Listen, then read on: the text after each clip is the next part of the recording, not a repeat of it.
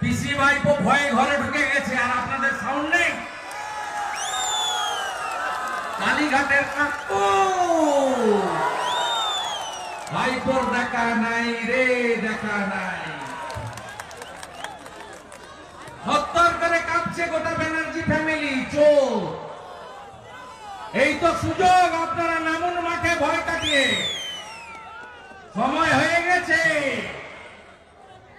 হীরক রানী, ভারত মাতা কি জয় শ্রীরাম। ছোট আঙারিয়া শহীদের রক্ত, ছোট আঙারিয়া তোমায় বলছি না, বলবো না। মুক্তার খা অমর রহে, রবিয়াল ডাঙ্গি অমর রহে, হায়দার মন্ডল অমর রহে, জয়ন্ত পাত্র অমর রহে, মুক্ত পাত্র অমর রহে।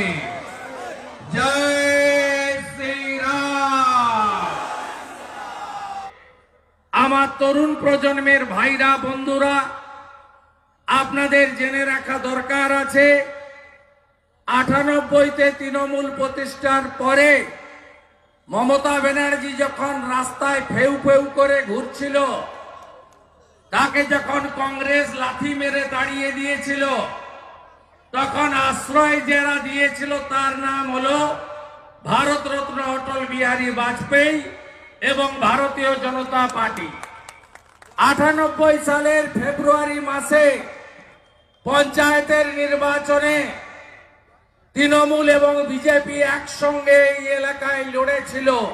বিজেপি তৃণমূলকে জায়গা দিয়েছিল।